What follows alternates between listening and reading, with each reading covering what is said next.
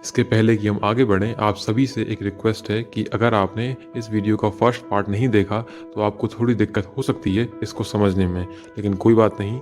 ये देखने के बाद आप इसी वीडियो का फर्स्ट पार्ट भी देखें, जिससे दोनों वीडियो में क्या कुछ हुआ है आप आसानी से समझ जाएंगे।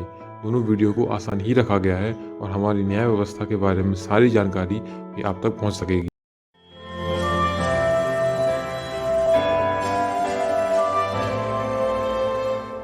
पिछली वीडियो में हमने जुडिशियल सिस्टम कैसे काम करता है उस तरीके को बदलने की बात कही थी। ज़्यादातर केसेस रिपीटेड ही होते हैं, केवल उनके किरदार और हालात में ही फ़र्क होता है। ये जानते हुए भी हर एक केस को एक के बाद एक कोर्ट तक ले जाया जाता है, जिससे सही केसेस तो दब जाते हैं और सारा टाइम बस बेकार और रिपीटेड केसेस को सुलझाने में चला जाता है। जिस तरीके से सिस्टम काम करता है और जिस तरीके से उसे काम करना चाहिए, उनमें केवल थोड़े से सुधार और नई चीज़ों को जोड़ लें तो वही 360 साल का लंबा समय कुछ सालों तक ही सीमित हो जाएगा। आसानी से समझा जा सके इसलिए सिस्टम के तरीके और उसमें सुधार को एक एक करके समझें तो पूरी प्रोसेस आसान हो जाएगी। पहला स्टेप, कोई भी केस फाइल होने के बाद उसकी हियरिंग डेट फिक्स की जाती है। सुनवाई कितनी लंबी होगी इसका कोई भी अंदाज़ा नहीं होता। छोटे केस की सुनवाई, जिस पे केस दर्ज हुआ है या जो गुनहगार है अगर वो मान लेता है तो सुनवाई कम होती है, लेकिन 90% से ज़्यादा केसेस में लोग सुनवाई को बढ़ाते ही हैं। पहले ट्रायल कोर्ट, हाई कोर्ट और फिर सुप्रीम कोर्ट। तारीख पर तारीख, तारीख पर तारीख, तारीख पर तारीख, तारीख पर तारीख मिलती रही है। गलती होते हुए भी क्यों, इसका जवाब इस वीडियो के फर्स्ट पार्ट में दिया गया है, जहाँ कुछ केस तो 200 साल से भी ज़्यादा चले।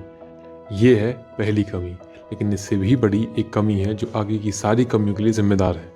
दूसरा स्टेप, सुनवाई पूरे होने पर अगर कोई ज़्यादा बड़ा क्राइम नहीं किया तो ट्रायल कोर्ट ही दोषी मानते हुए सजा सुनाता है, लेकिन सजा उसी दिन नहीं सुनाई जाती। उसके लिए अलग से डेट फिक्स की जाती है। अगर अक्यूज्ड खुद को अपराधी स्वीकार कर लेता है तो सजा वाले दिन ही उसका फाइनल जजमेंट आता है।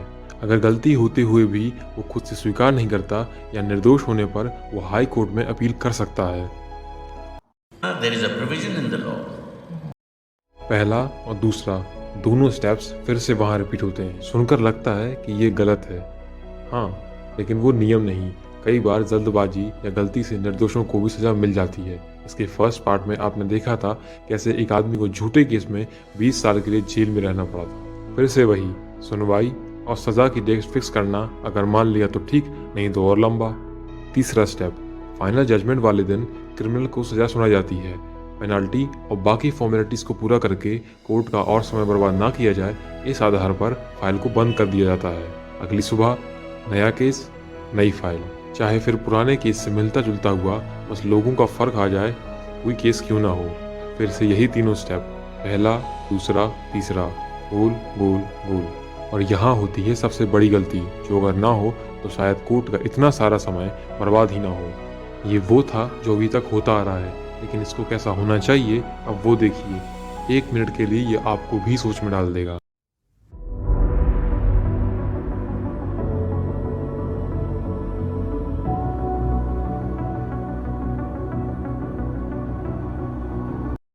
फाइव जी मतलब grouping, grounding, guilt charges, gain attention और गवर्न नोटिस। पहला जी, ग्रुपिंग। केस फाइल होने के बाद उनकी ग्रुपिंग हो। आसान भाषा में कहें, कोई भी केस किस श्रेणी, कैटेगरी या टाइप का है और किस चीज़ से संबंधित है उसका आकलन हो जाए। ज़्यादातर केसेस को अगर हम टाइप या कैटेगरी में डिवाइड कर दें तो बहुत कम संख्या रह जाती है। एग्जाम्पल के लिए, कोई भी केस अगर ज़मीन से संबंधित है तो कौन से टाइप का है, कब्जा, विवाद या झूठा मालिकाना। इस तरह से जितने भी ज़मीन से संबंधित केसेस हैं वो ग्रुपिंग के बाद केवल 3 कैटेगरी में या टाइप में आ जाते हैं। दूसरा जी, ग्राउंडिंग, मतलब एक फिक्स ग्राउंड या एरिया तय करना। कोर्ट में कोई केस एक्सेप्ट होने के बाद उस केस की टाइप और कैटेगरी से मिलते हुए और सारे केसेस की फाइल्स को इकट्ठा करना जो एक सेम ग्राउंड से हों। आसान शब्दों में, एक निश्चित इलाके में और कितने सेम केसेस हैं उन सभी केसेस की फाइल्स को राउंड अप करना। उनके दोनों पक्ष के लोगों के नाम और एड्रेस उनके केस नंबर के साथ रेडी करना। तीसरा जी, गिल्ट चार्जेस। ट्रेडिशनल मेथड के तीसरे स्टेप में हमने देखा था गिल्टी या दोषी पाए जाने पर कोर्ट सजा सुनाती है और पेनल्टी चार्जेस या जुर्माना लगाती है। गिल्टी होते हुए भी अगर कोई केस को जानबूझकर लंबा खींचता है तो केवल पेनल्टी चार्ज बढ़ जाते हैं बस। इसके साथ अगर आर्थिक चार्जेस लगाए जाएं, जैसे दोषी की संपत्ति का कुछ हिस्सा, दोबारा सुनिए, कुछ हिस्सा सरकारी तौर पर जब्त या नीलाम हो।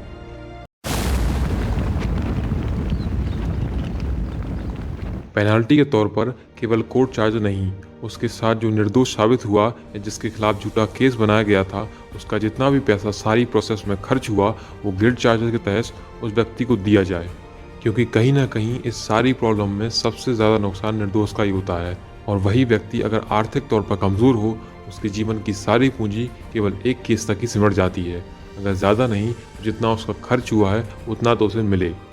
चौथा जी, गेन अटेंशन। ये सबसे ज़रूरी स्टेप है। लोग खुद समझें कि बेकार के केसेस को कोर्ट तक ना ले जाएं और ना ही झूठे केसेस फाइल होने दें, क्योंकि ज़्यादातर जो भी केसेस फाइल होते हैं एक साइड के लोगों को हमेशा पता होता है कि वो गलत हैं, फिर भी अपनी गलती मानती नहीं। जितने भी चार्जेस लगाए गए हैं या जो भी सज़ा कोर्ट द्वारा सुनाई गई है, उसका गिल्टी और इनोसेंट दोनों का वीडियो स्टेटमेंट रिकॉर्ड हो और सारी सोशल मीडिया प्लेटफॉर्म पर एक सरकारी पेज या चैनल द्वारा पब्लिक किया जाए।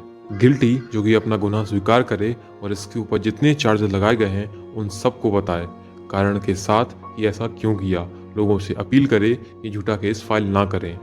इनोसेंट जो कि लोगों को बताए कि झूठे केस से न डरें, सरकार किस तरह से उनकी मदद करती है उनको समझाएं, सारे तथ्यों को लोगों के सामने रखें। पांचवा और आखिरी जी, गवर्न नोटिस।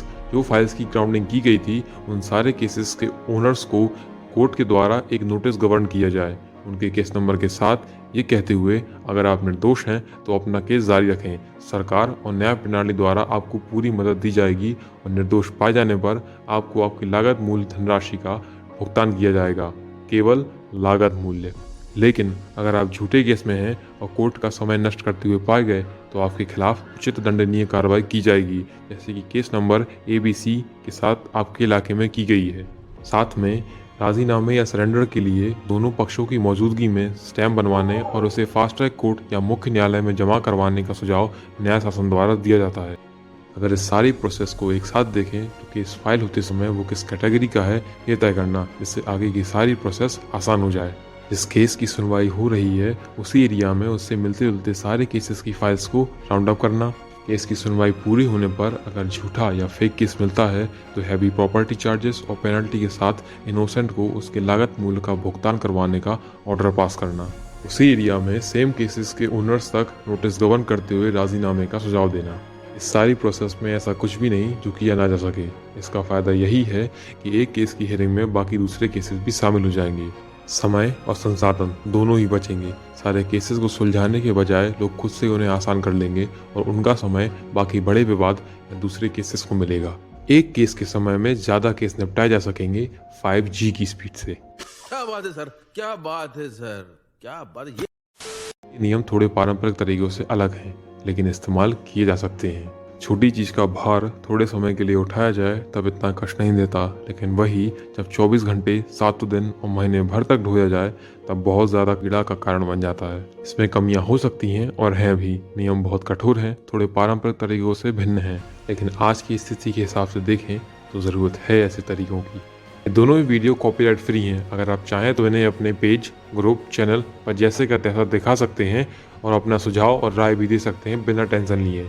डाउनलोड कैसे करना है ये आप पर है बस। Tag 5G judicial system use करें तो अच्छा है। शेयर यहीं से कर सकते हैं या अपने पेज पर। आपकी मर्जी, आपका फैसला। चाहे तो बदले, नहीं तो 360 साल तो है ही, चलने दें। इसे समझने के लिए आपको इस वीडियो का फर्स्ट पार्ट देखना पड़ेगा, तो ज़रूर देखें, क्योंकि अधूरा ज्ञान हानिकारक है।